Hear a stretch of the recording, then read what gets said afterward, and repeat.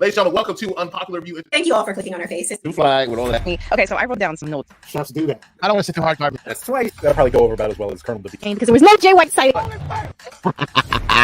Just straight up gangbanging. This story has been fit. You gotta pay attention. So Unpopular Review does not. What is you the CEO of, Chris? Jesus, golly. Let's start the show. Yo.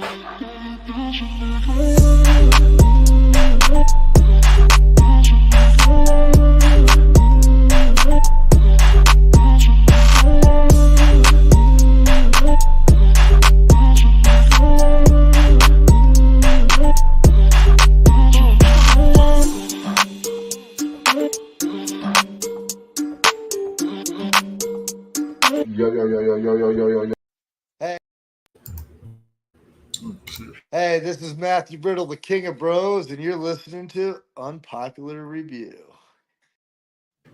Ladies and gentlemen, boys and girls, children of all ages, and like the greatest DJs of all time, Manny, chickens and dogs.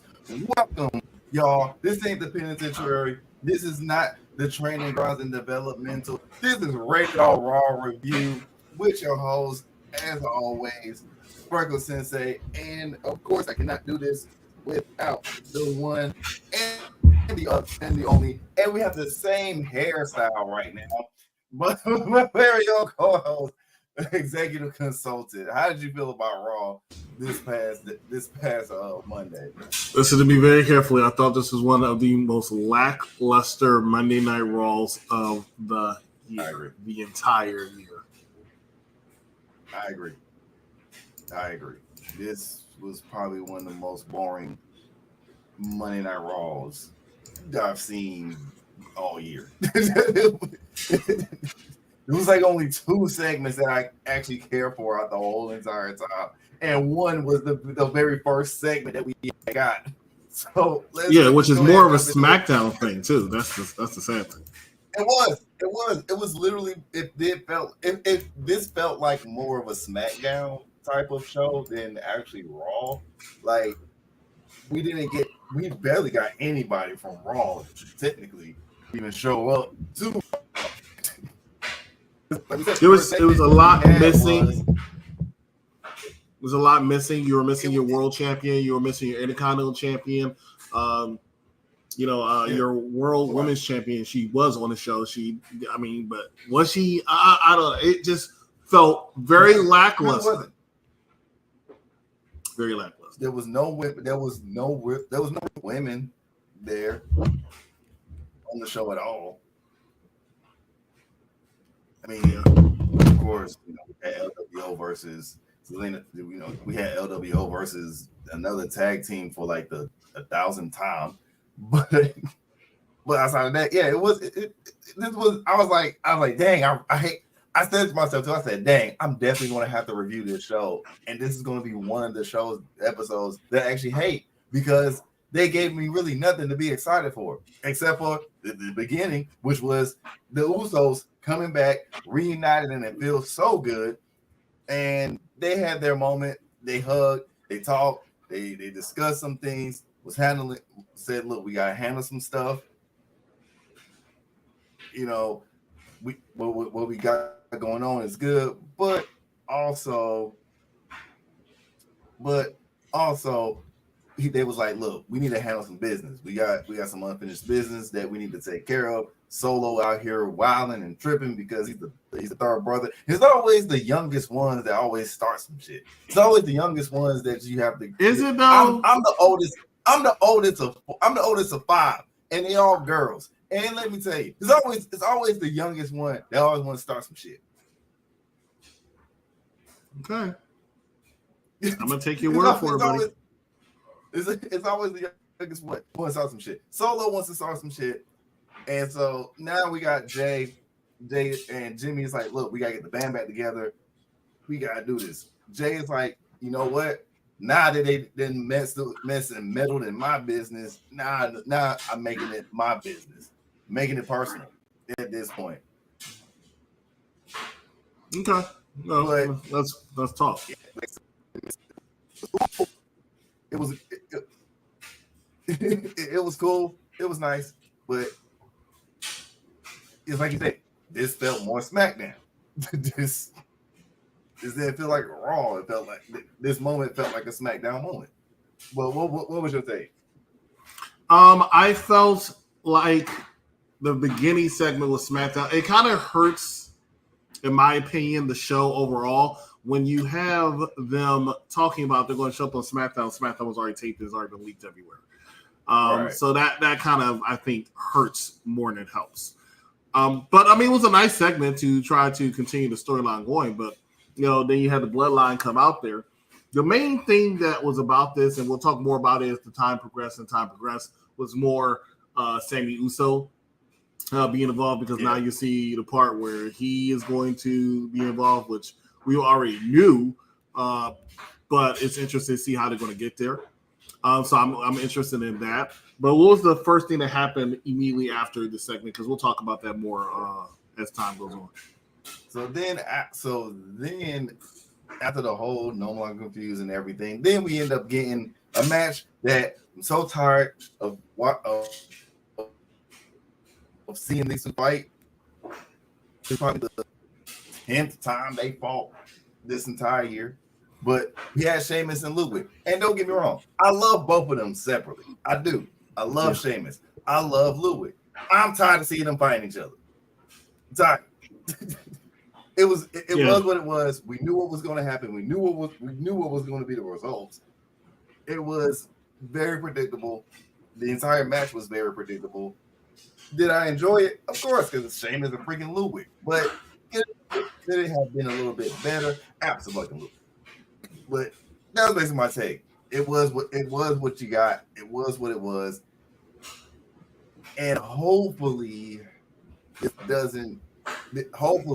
puts Sheamus in like a title contention for for either one of the titles at this point, either your IC title or War Heavyweight or your War Heavyweight title, because neither one of them has like a real potential person they could just go straight in and like, hey, look, I want to challenge you. Thought that was going to happen with Chad for the IC.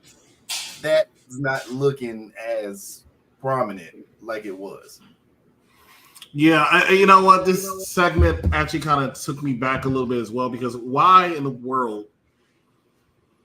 I don't even know how to put this. Why go there is my question. Yeah. This match, you have so many superstars on Monday Night Raw. You didn't need to have Sheamus and Ludwig out there. And yeah, Sheamus a GOAT. So I mean, the show's better with him. And these two didn't have a bad match. They had a hard hit match. I don't know why Sheamus has to go out there and get bloodied and bruised and stuff like that every single time he goes out there, but he does. I'm going to say the match wasn't bad. It's just saying it felt like we moved on from this feud. We could have seen Sheamus against somebody else. We didn't need to see Ludwig at all, honestly. We know he's going to wrestle on SmackDown. His boy Gunther had a backstage segment. I didn't need to see him at all. This match was just not necessary. Unless you're going to Ludwig up to start to the point where it's like he can actually be himself in a sense. Stop letting him get squashed. Like, stop putting him in these matches where he's going to take the easy L. He's going to take. I get it. I get the whole heel thing. I get he's just the underboss to Gunther being the real boss. But sometimes the underboss gotta get some type of win. You gotta get some type of motion. You gotta have something. The Prime Gang and the gangs and everything. Even the underboss sometimes gets some type of motion. You get some type of scare. You know, it don't make no sense for your boss to just be the scariest thing, and then your underboss is like, oh shoot, I ain't gotta deal with him. I can blow straight through him. That's what's happening. Everybody blowing straight through him. It's almost worse blowing straight through him like you blowing through Tiffany Stratton. Oh my gosh. You know, it just dawned on me that they're on separate brands still. WWE hasn't done that in a while. It is kind of, that's why I brought it up too, because it is kind of interesting that they're still on separate brands. Granted, they both do need to be on their respective brands in a sense. I feel like Tiffy could come to Raw and actually help that women's division because it needs a lot of help. It needs a lot of redoing, a lot of reconstruction. We're going to talk about that women's division very soon. Certain people shouldn't even be on Raw at all. Just my opinion. But of course, I give this match. I give this match a B because they still went on a good match. Just let it go. This is also they announced that this is the fact that the two televised wins in the WWE. And I think this made it free.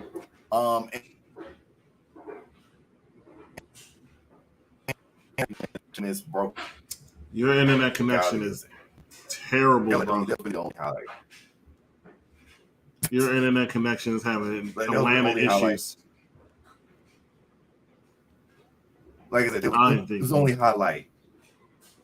But I will say the next match had 0 highlights throughout the whole entire match. And I love women. I love women's wrestling. I am a huge flagship for the evolution of women's wrestling. But when you talk about matches that does not hit, for some weird reason, this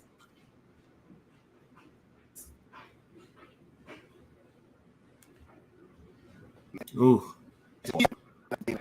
And I don't understand why every time Zelina Vega want to come out with the doggone Puerto Rican flag, losing. Put the black flag down, Zelina. Put it down. That black flag has been dusted and busted. Retired.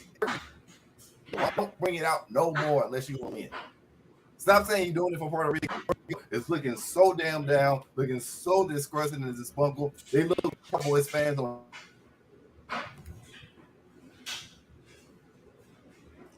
every freaking Sunday. To Puerto Rico, and then what you do? Fuck lose to everybody. God dang. You need to reset your internet, bro. You need to reset your internet. Can you hear me at all? You are going like in and out. Touchdown Steelers. You're going in and out, my man. In and out.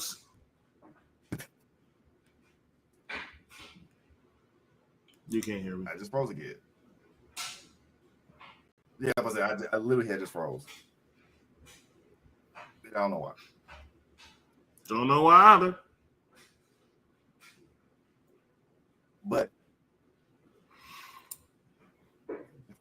you might want to reset again. Maybe it's your whole internet you need to reset.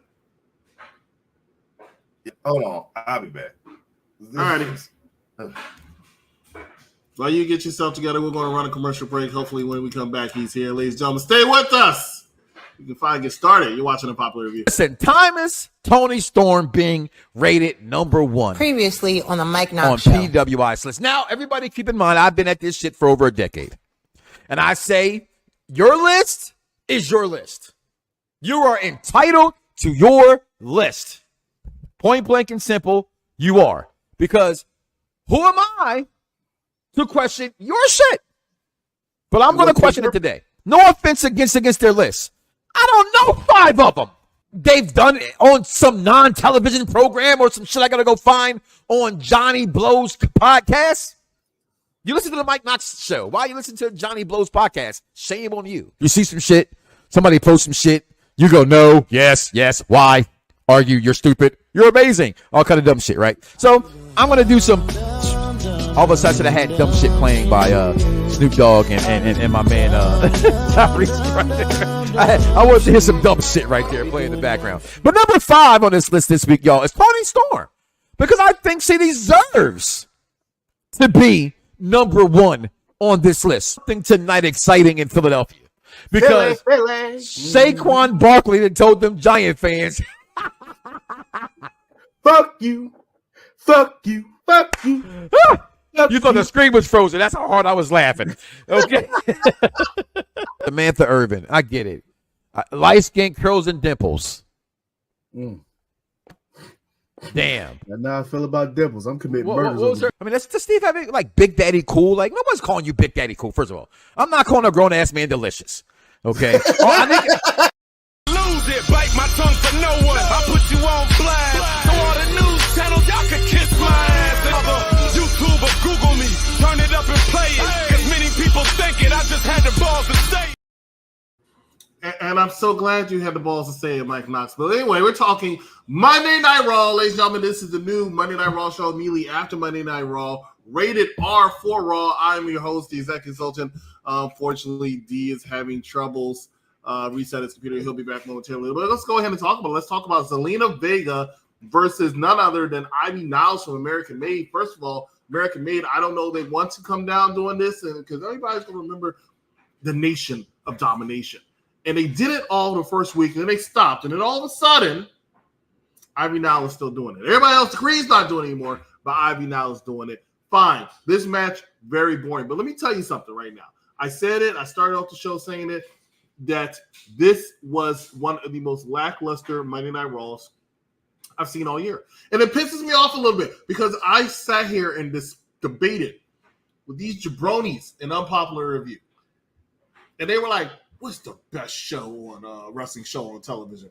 And I said Monday Night Raw. They sit here and they debate and they say SmackDown. I say Monday Night Raw. I think consistently each week this year, Monday Night Raw has been the best show consistently. Yes, there have been some weeks when SmackDown was that good. SmackDown shits on Raw, NXT, AEW, but week to week consistently, Monday Night Raw usually is better, right? SmackDown without Roman Reigns usually kind of like, it's kind of boring. Raw is always that fire. But they've also had a very good crowd, that being the WWE, on Raw and SmackDown this year. Hershey, my home state, you weren't it. What was that? Y'all had not just Monday Night Raw, y'all had NXT the night before, which was actually a pretty good show. But even last night at NXT, Halloween Havoc, I thought y'all were a little lack. But I was like, oh, it's NXT. Right? But Trick Williams usually gets a huge pop. And y'all weren't feeling my man. I was like, all right, fine. Raw comes in. There's a lot more of y'all. I think it was only at 5,000 at NXT last night. It's probably like 7,000, 8,000 tonight. And outside of a handful of people, y'all were not really giving people the time of day. And I can prove that by saying y'all weren't giving the time of day to Zelina Vega and Ivy Niles. Y'all were not feeling them at all. And I can understand to a certain extent why not, but y'all gave them no respect whatsoever. A little chaos on the outside of the match, and all of a sudden, Ivy Niles picks up the victory over Zelina Vega. Where does that get anybody? Where does that get us? Does that put Ivy Niles in contention possibly for a future championship match? We don't know, but let's be real, we doubt it. He's not looking like he's going after. She's not looking like she's going after any championship soon. She don't look like she's ready for a championship soon.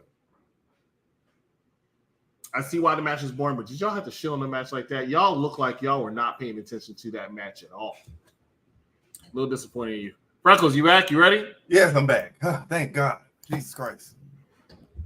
Oh, they got a first down. You sound a lot better. That was brutal. I don't know what was going on. Sorry, guys. I don't know what happened with my technical difficulties. That was the first time ever that actually happened to me. Surprisingly. We still talking about the boring match. I am now officially over that women's match. Yeah, because even Bleacher Report gave it like a C-. That's how bad. That's how bad and boring that match was. That high, huh? But then we finally end up getting a good match. Ish. We finally get a good match, like I said, ish. But before that, Rollins came out, delivered a promo about his match with Bronson Reed, which I cannot wait for this match to happen. It's gonna go down like a big girl with no knees. It's going down. It's gonna go down like two dogs fighting over a pork chop. But he calls out Bronson Reed. Bronson Reed is like, look, we can do this one way or the other. I'm in the parking lot. You can meet me there. Seth says, say let's go straight to the parking lot. We get another crazy ass brawl between these two, which ends up leading Seth damn near got attitude adjustment through a fucking table. The whole promo thing was cool. It was all right, but it was like the same thing that happened again. And also, what is up with Bronson Reed and promo fights? Say every time he shoots a promo, he has to fight somebody. I can't say you're wrong on that. Literally, every promo, this dude just fights. I'm like, is this man is like the definition of a big man crash out or something? Because I'm trying to figure out, why is this his MO? Why is it that he doesn't want to fight in the ring?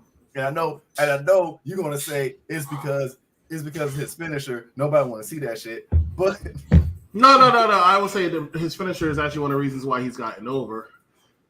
But yeah, it's fine.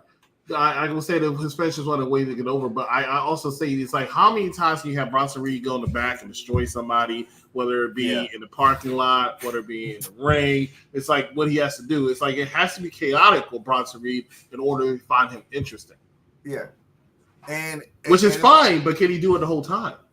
Exactly, and I don't think so. You can't keep on having him do like 3 promo TV segments 3 weeks in a row, and it's the same result 3 weeks in a row.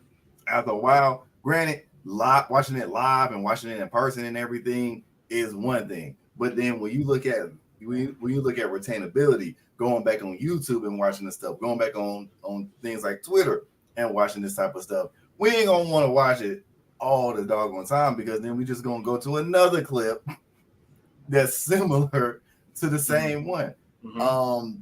But still, again, the promo segment was cool, was great.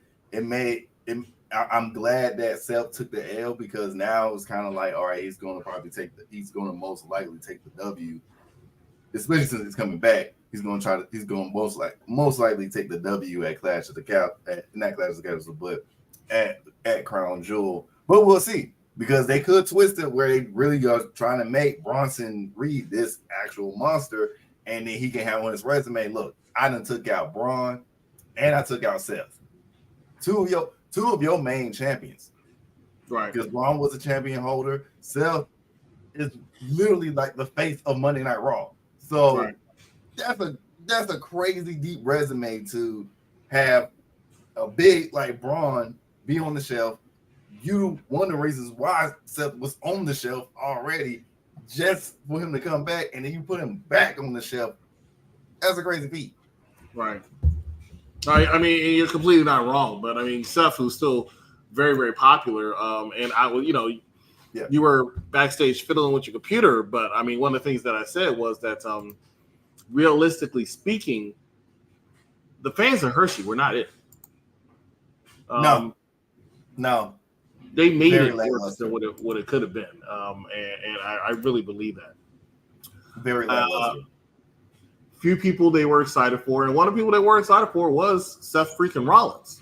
Yeah, but even his pop didn't sound like a normal Seth Rollins pop. No, it sounded more like, oh yeah, somebody we recognize. Yeah. It was like, I don't know what happened, but it felt like today was like casual day for the fans of Hershey. It was like, okay, if we don't really know this person, we ain't going like really cheer or whatever. I don't know what happened. Maybe it was, but that NXT was there last night as well. Exactly. So and some people have said that it was the same problem. Like even and I mentioned that I don't feel like NXT the crowd was as hype as they normally are for NXT. And we know that the NXT crowds get lit.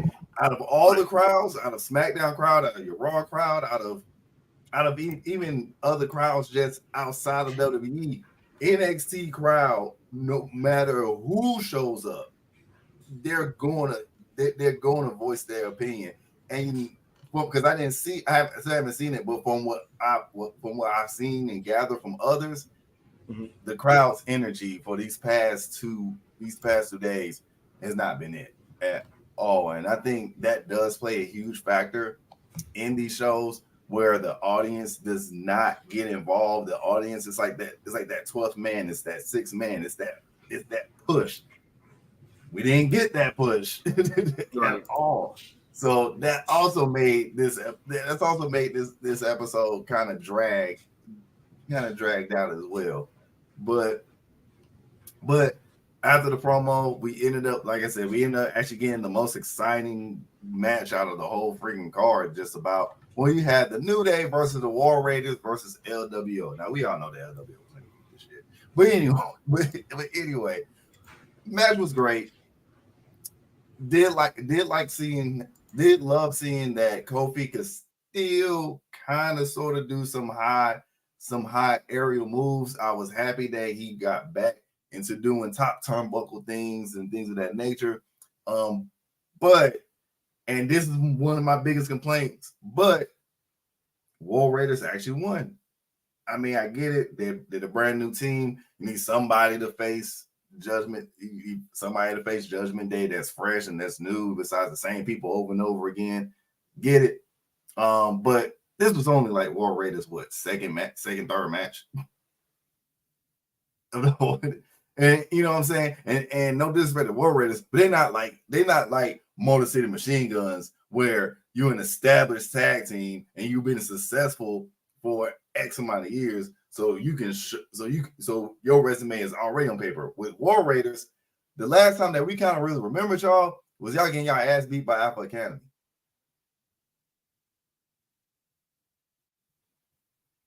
Like, I'm just saying, the last time that I even cared about the War Raiders was them getting beat. But that was literally the last time that I cared about the War Raiders. Outside of that, I was like, oh, like even it was so bad that even when they started doing a preview or debut, and I was like, oh, that might be Penta. I didn't even think it was War Raiders at first. I was like, this is probably Penta. It's probably somebody else. And then once I started seeing all like the Viking stuff, and I was like, oh, it's you guys. Yeah, that's great. No, just a second. My issue with the War Raiders is Eric.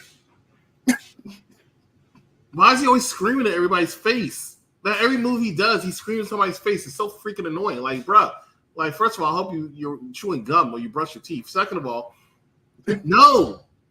You know, and you're compensating because of the fact you're 4'2". I don't know. I was not a fan. Not a fan of this match at all.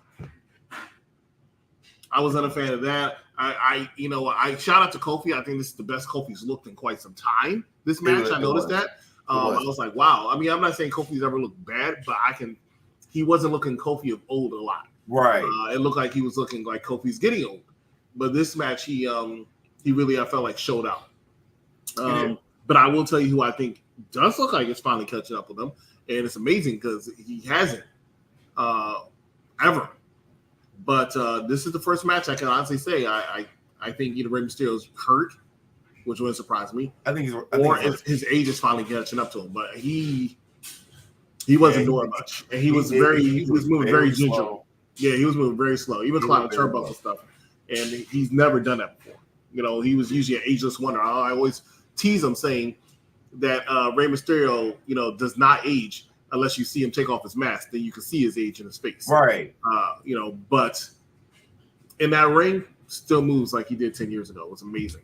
But today, I honestly think he was hurt because I think he was a little hurt.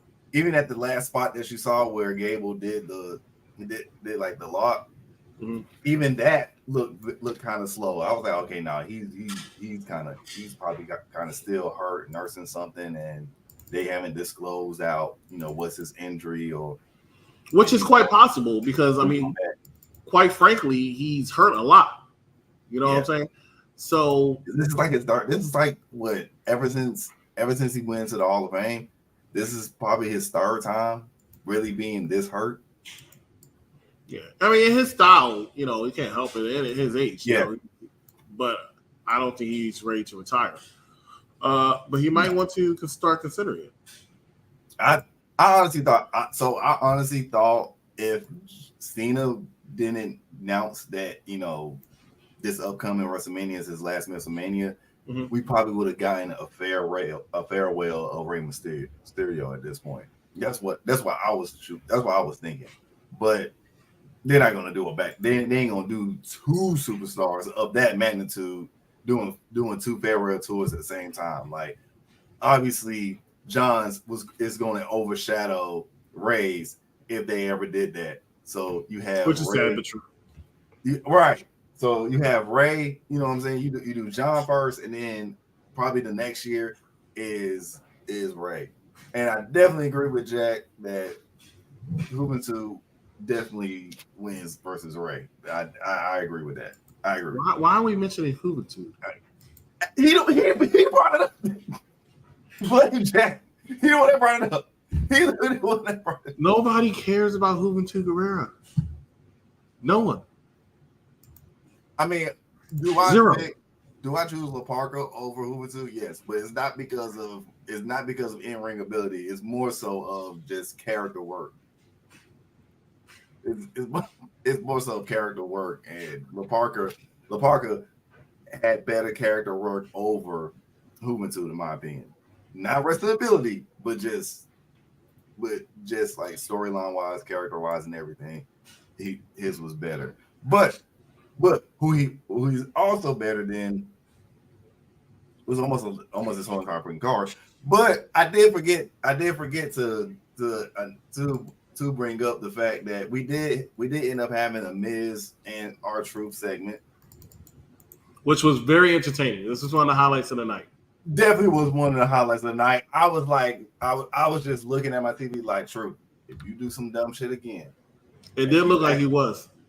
And you act like he fooled us. He fooled me. Because I sure said it. I was like, he gonna accept Miz back. He gonna tell Miz he's not. So he get jumped again. Yeah, I was like, he's gonna get jumped. Yeah, somebody's gonna come out and try to save him or whatnot. Ugh. But they didn't.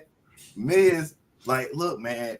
First of all, Miz was scared, and I don't blame him. When you got the Final Testament after you, and them two big bastards that they got, and then you got the White Sick after you, and all them crazy ass people, you gonna try to find anybody and everybody to help you and bail you out. But why are the Wyatt Six after him? Why don't they leave the most must-see superstar alone? They are after people that betray people. You need to tell your boys to mind their business. That's all they gotta do. Just mind their business. They've always said it. They come after people who betray people. They are literally just the more violent version of the Fast and Furious franchise. They do everything about family, but they just do it in a way worse, chaotic way of protecting. It's not their business. They're making it their business because it's betrayal. The betrayal is their business. They are the judge, jury, executioner when it comes to people breaking up tag teams. That's why I feel like died and made them. Just a second. Who died and made them judge, jury, and executioner of anything or anyone? Who? New Day who? Triple H.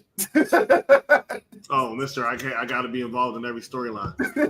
Triple H.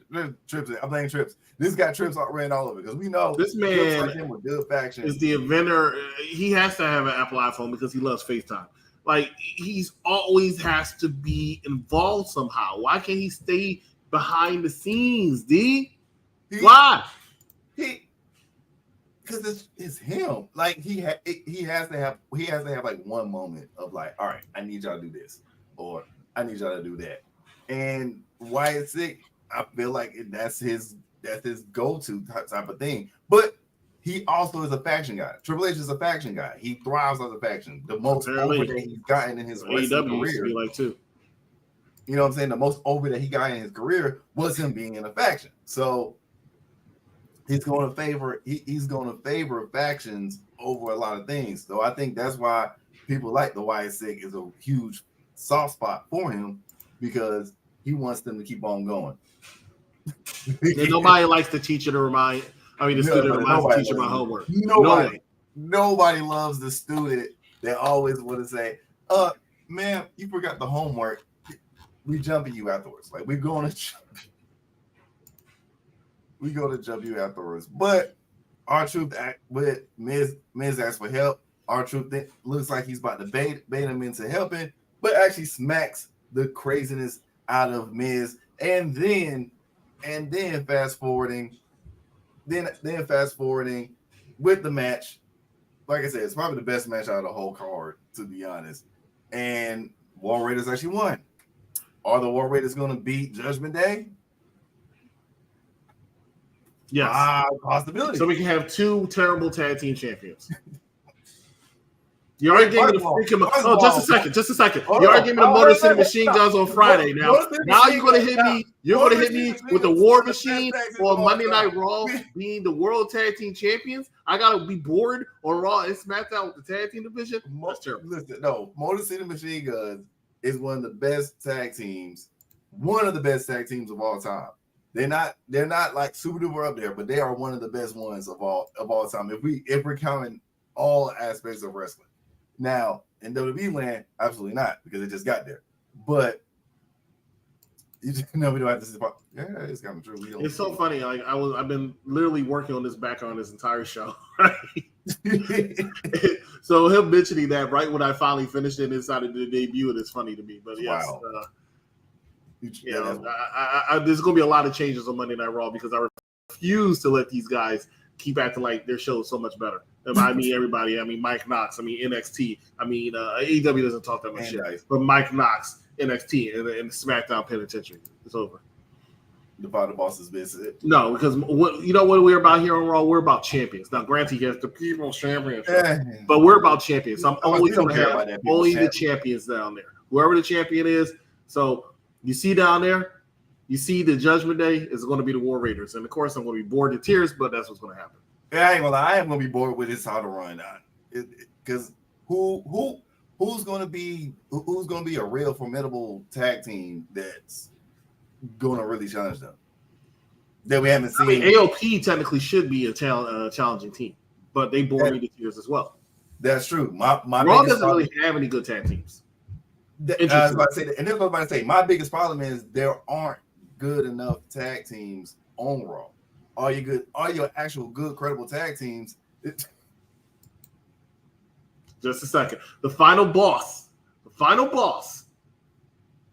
Who cares?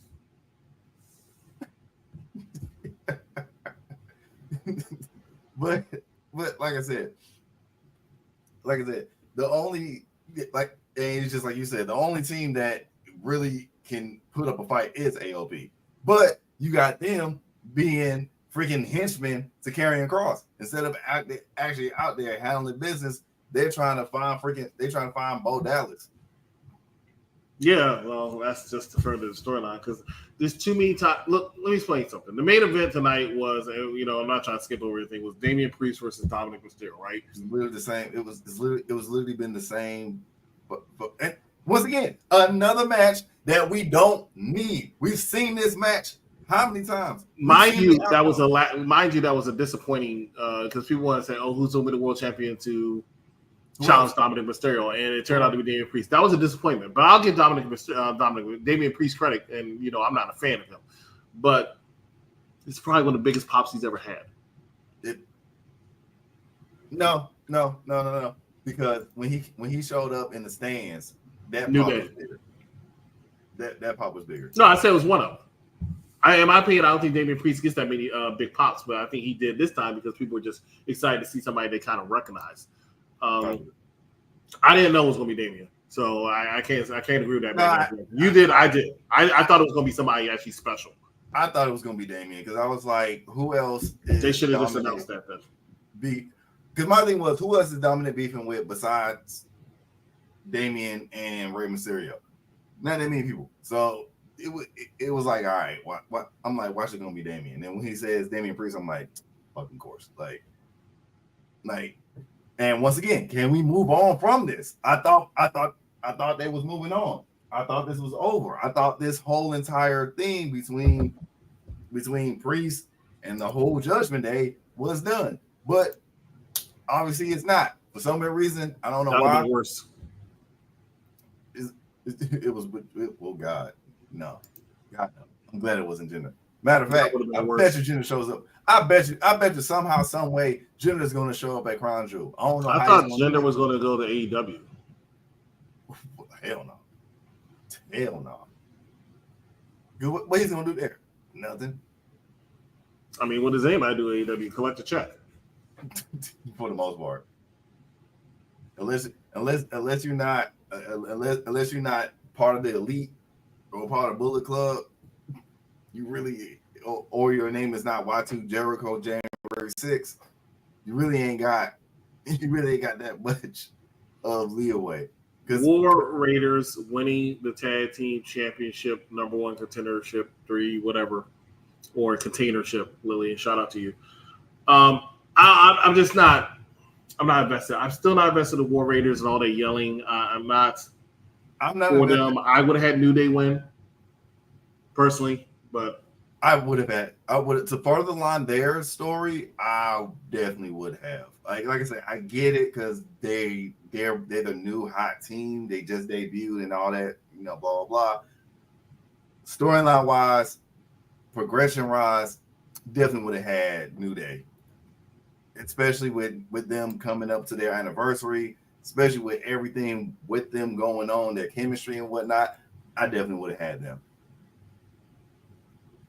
Because you could have cooked a little easier with that. So now I'm curious to see how they're going to do Kofi and Xavier. Is Xavier finally going to get that singles push that we've kind of been hoping for that he gets? I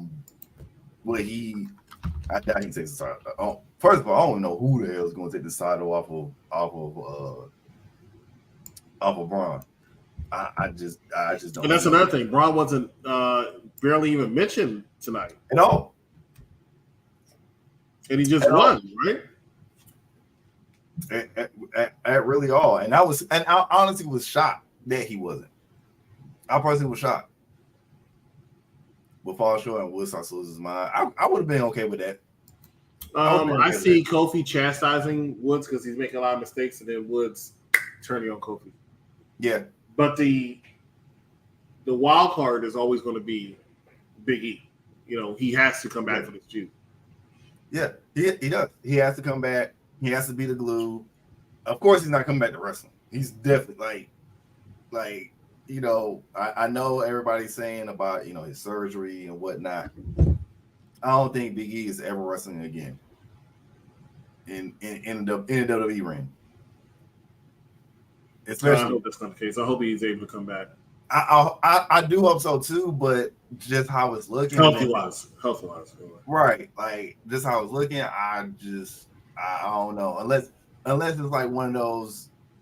Like he takes a good chunk of my time off, and then it's been almost 2 years, and then comes back slowly. No, I mean I need like that. Well, and I know medicine and everything has upgraded ever since Edge had his, I gotta quit. Yeah.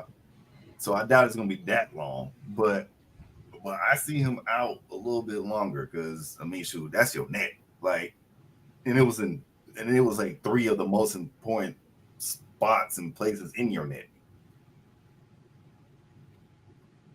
That's a hard comeback. that's a tough comeback.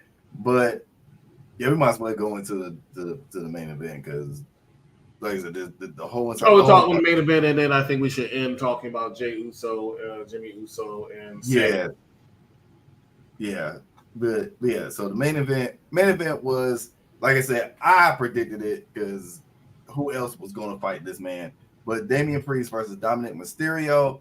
Damian shows up, and just like my co says, one of the biggest pops that Priest actually had, and it was a nice pop. It was everybody was excited and everything. The match was okay, but we knew it doesn't matter how many times Dom says, "Yeah, The Judgment Day ain't gonna be there. I'm gonna do it on my own. Somebody is always gonna bail out Dom. Somebody is always gonna try and save Dom. Somebody is always going to help Dom out. Doesn't matter. It doesn't matter. And we saw it. And Dom actually got the win. I was happy about.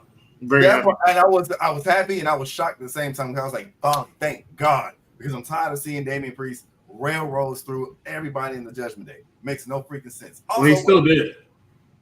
Right? Just a second. He still did. At the end, I mean, he Charlotte flared it. It's like, oh, okay, I'm going to lose, but there's going to have to be some shenanigans, and I'm going to have to dominate everybody at the end. You know, they kept Finn to protect him. They kept him from coming out, even though it made more sense to, strength and numbers. But he still totally decimated Carlito and JD Madonna. They had Raquel even look like she was afraid of him, even though he can't touch her. I didn't understand it. And then he had to beat up Dom some more, like a bully. Yeah, no, he destroyed Dom. It was ugly. Like he gave him the razor's edge and the choke slam. That was bully. That was just a little unnecessary. Like, damn. But bully. I didn't really care for this main event. I was disappointed. Like even Bleacher Report gave it a C+. That's how bad it was. That's how bad it was. But I think the main reason why I don't like it is because I don't know where they go from here. I don't know where both go from here. I don't know where Judgment Day goes from here. I don't know where they're going. The end game is getting back to Gunther and Damian Priest, and Dom's involved somehow. But Dom should not be the one to go after Gunther. I think I would like to see Dom get a title shot, but not against Gunther. No, he'll die. The problem is we have a lot on SmackDown. We have all the Raw. We have all the babyface champions, and on Raw we have all the heel champions.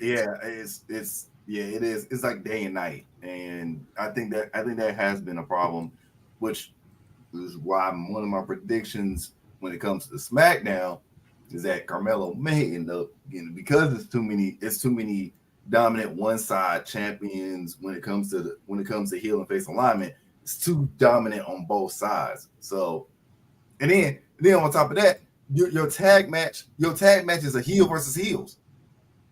Or whoever the hell War Raiders. Well, War Raiders. You say that, and I agree with that. The main reason why I agree with that is the fact that since there were two matches the War Raiders have had since they've been back, they've been in the heel corner. Exactly. But they act like baby faces because they're always pandering to the crowd. But I don't know if it's pandering or just how they are because they're always. Yeah, but I think that's just how they is. I really think that's just the performance. Like I don't like Eric. I don't like Eric. He's a boring person to me. That Nia yelling in the face. Even when he won, he had to yell in the face. Like, stop, bro. He is. And it's sad to say, but obviously, I forgot her name now. But obviously, she was carrying. Valkyria. Yeah, she was carrying the War Raiders. Like her. Just a second. Did you say she was carrying the War Raiders? Yes, she was carrying. She was carrying. When was they ever really over? When did you ever see the War Raiders actually doing well enough to say that they have been being carried? But that's my point. You can't say that somebody carried you to the finish line if you never made the finish line. But that's what I'm saying though. The only time that they even had like an ounce of something was when she came out with antlers. Like that was like the biggest thing because Cole was making it a big deal out of it. After that, we ain't got no antlers, we ain't got no pop, we ain't got nothing for them. You're gone crazy. There was nothing there. Like the entire time, there was nothing there. They're boring. They are boring. They are boring. I glitched the last time I watched the War Raiders in a match. I said, there's no way this could be happening over and over again. But I felt like I was in a Groundhog Day. I definitely glitched all the time match. I ain't gonna lie. They are boring. They don't have that much of a move set to me, and that's also yes, they do. They have the knee. That's it. That's the besides the knee and the typical going up the top turnbuckle and doing a half salt, because I'm not gonna call that any type of somersault or flip. I'm gonna call it half salt because that's how it looks. Looks like I thought Ivar did a fantastic job when he was doing a single thing. Yeah, but when he was doing a single run, he was amazing. In my opinion, he was really they just amazing. didn't know what to do outside of it. Yeah, I can see that. I honestly can see that. But just like you said, the last actual thing that we saw on Raw, which gave more SmackDown-esque, was Jimmy and Jay coming out. Jay asking Jimmy, "Hey, did you talk? Did you talk to Sammy?" And he's like, "Bruh, look." Now we all know that most likely it's a good tease. It's a good tease. It was a good tease, but we know that typically it was basically Solo asking, I know you've seen them. I know they talked to you. Where they at? That was basically what it is. But we know Solo likes to play mind games. So he probably, try to cheer up Sammy, butter up Sammy, like, "Hey, how you doing? How you been, man?" Yeah, he's very good at that. He is. So, he's going to do all that type of stuff and everything. I'm so tired of him in these suits. I need him to get better at collection. He needs to stop going to D&K and K&G. I mean, my boy to go to Macy's or something to get a better suit. Like bare minimum for me, bro. Bare minimum for me. Like, stop going. stop going to all these little discount places where you get suits for $400. I need you to step your suit game up. You're disrespectful. Look, you're not in NXT no more. You're not in Just NXT. a second. You're disrespectful. The man is taking care of business. But he doesn't even look like he takes care of business. He doesn't even the way he dresses doesn't look like he can spell business. I'm gonna need my man to get a better suit game. He got the chain going. He got the hairstyle going. He even got the promos going. It's the suit. It's the suit. Even Tama's suit looks better. Tonga's suit looks better. Who? Tama Tonga? Yes, his suit game is clean. Compared to Solo, his suit game is clean. Now, of course, nobody's suit game in general is going to be better than a few others, but just for bare minimum-esque.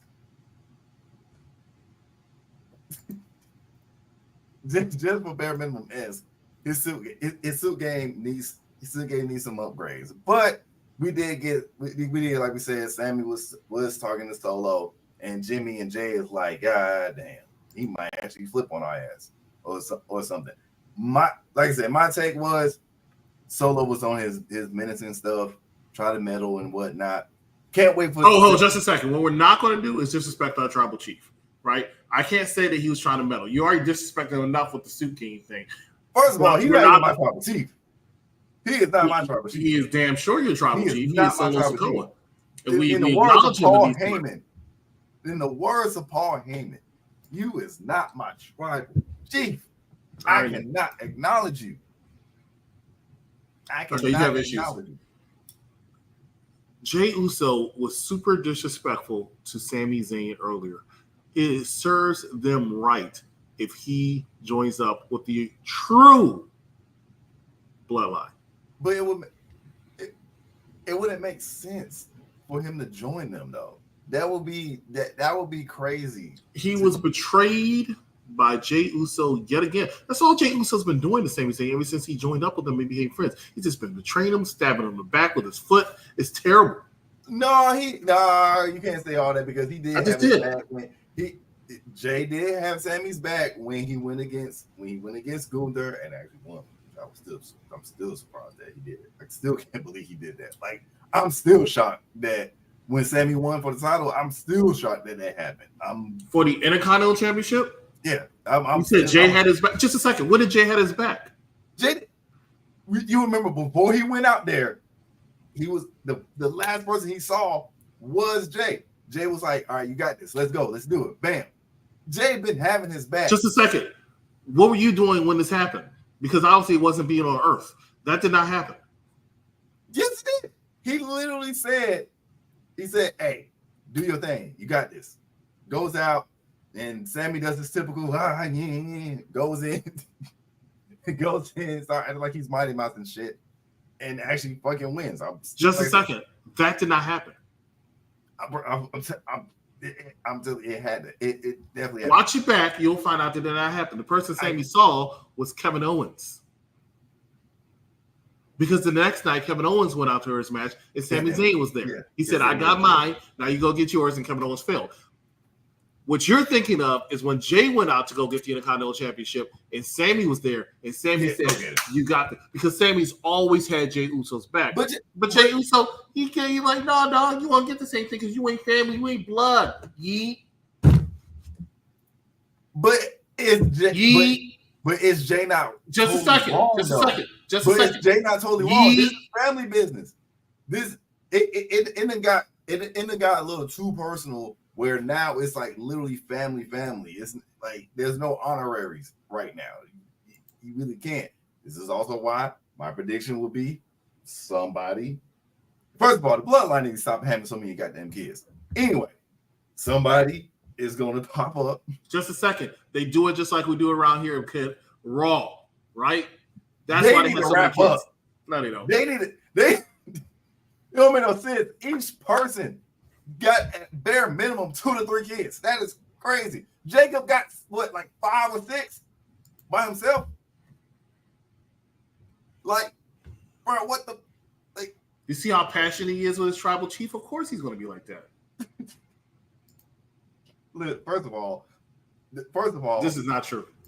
Jacob, honestly, Jacob's character development is crazy. This man went from drinking Hennessy and smoking Newports, saying that he'll dog walk everybody, and now we see him.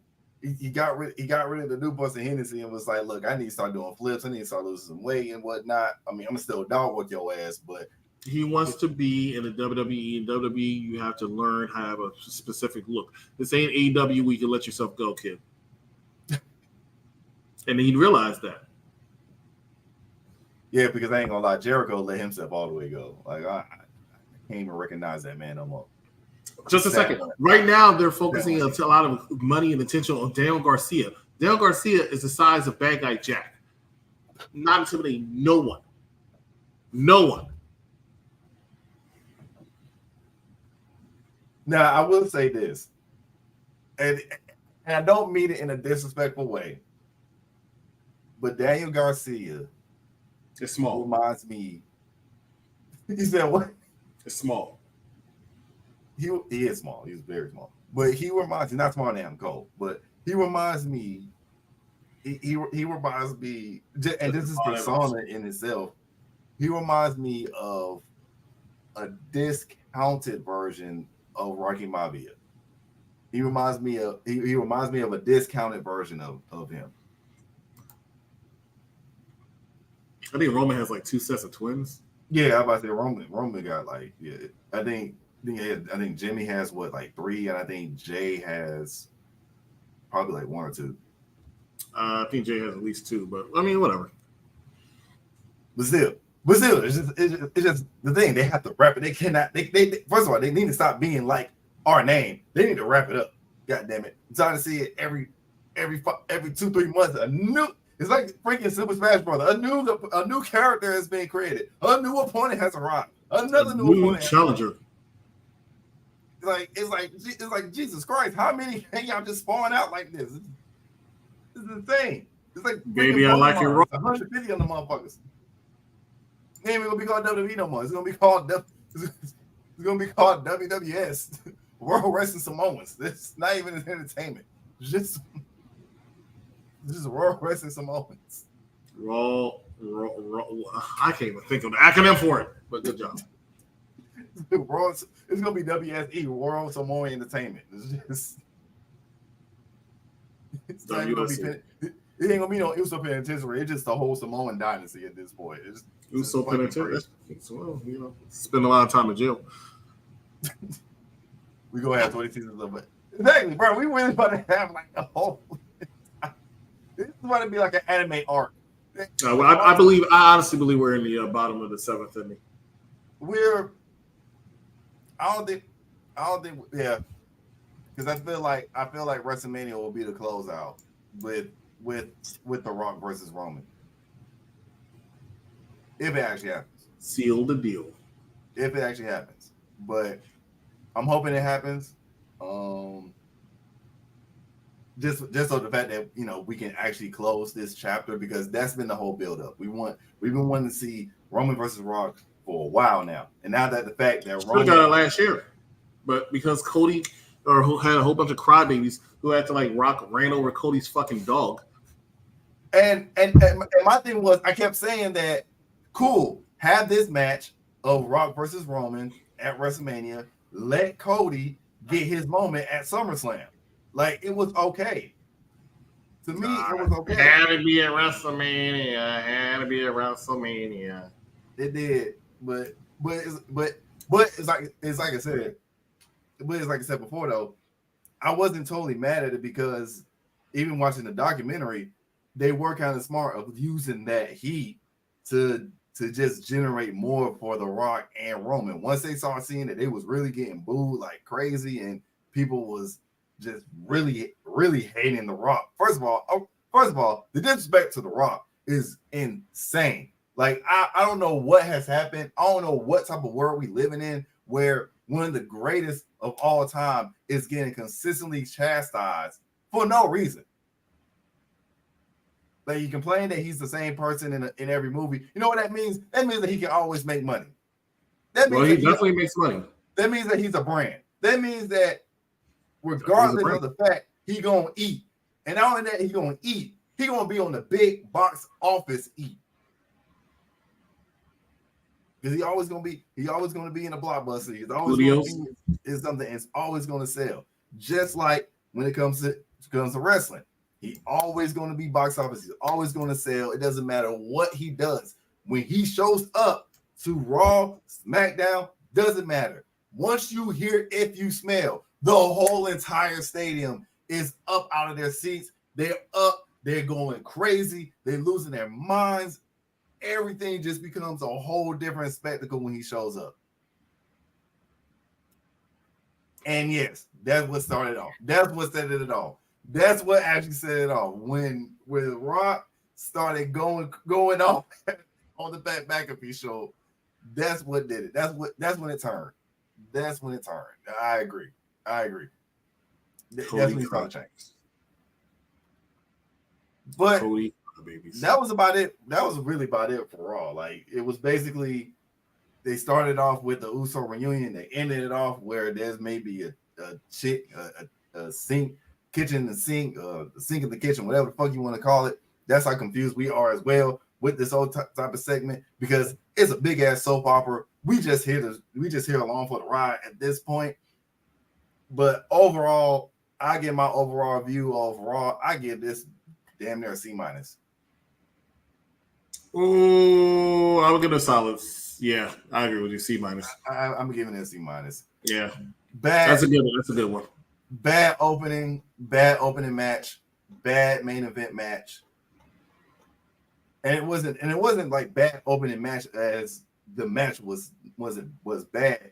The placing of putting that match first was bad, and then having them to go at it again was in the main event. Yeah, in the main event, yeah, it was just lackluster. There was the only good match that was just okay, this was solid. This made sense. This was cool. Was New Day? Was the triple threat match? It was like the highlight. Besides the promos and everything, it was the highlight of the whole entire show. Yeah, I can't say I disagree with you. I think you're 100% correct on that. 100% correct. So before we go, we always like to remind you guys of every time that there is something for everyone here at UPPR. Try saying that 3 times fast. But we always have the Might Not Show every Monday at 6, and then after you watch Monday Night Raw, you want to go rated R with the two of us every Monday after. We need to actually change that because it's not Tuesday nights no more. It's every Monday night right after Monday Night Raw. Then the next day on Tuesday. You can turn up on a Tuesday with the NXT review results show with Bad Guy Jack and Sabrina Estella, the wrestling doll. Then there's AEW Dynamite review. Typically we have Dan, typically we have Cactus, typically we have a whole bunch of other people. Sometimes we have random people that shows up on AEW. I don't know why. Pray for them. And then after that, every Thursday there's top 5 and specials. And this Thursday, your boy is going to be on. It's going to be on Unpopular Review Entertainment, and we're going to be doing the Wolfpack reunited once again. We debuted last week. This week, we're doing Wall Street. We did Wolf of Wall Street. Now we're doing Wall Street. We're just doing business all the way because you know why? We stand on freaking business. And then on Saturdays, you got. I'm just playing. You got the SmackDown penitentiary after you watch SmackDown on Fridays. You get to watch two people that love being in prison for so long that they named it their own doggone show. With Dice, with my own, who's on the entertainment side, which is Vince Jr. And yeah, that's about that is or about Vic. it. I like saying the Jr. I ain't gonna lie. I know Mike says it, but I was like, okay, that kind of hit. But like, I ain't gonna lie, that kind of hit. But shout out to Vic because he actually chose the movie. He actually chose the movie Wall Street for us to do. I can't wait because I gotta actually rewatch it. So kind of dope to see. New Day on. Oh. Oh.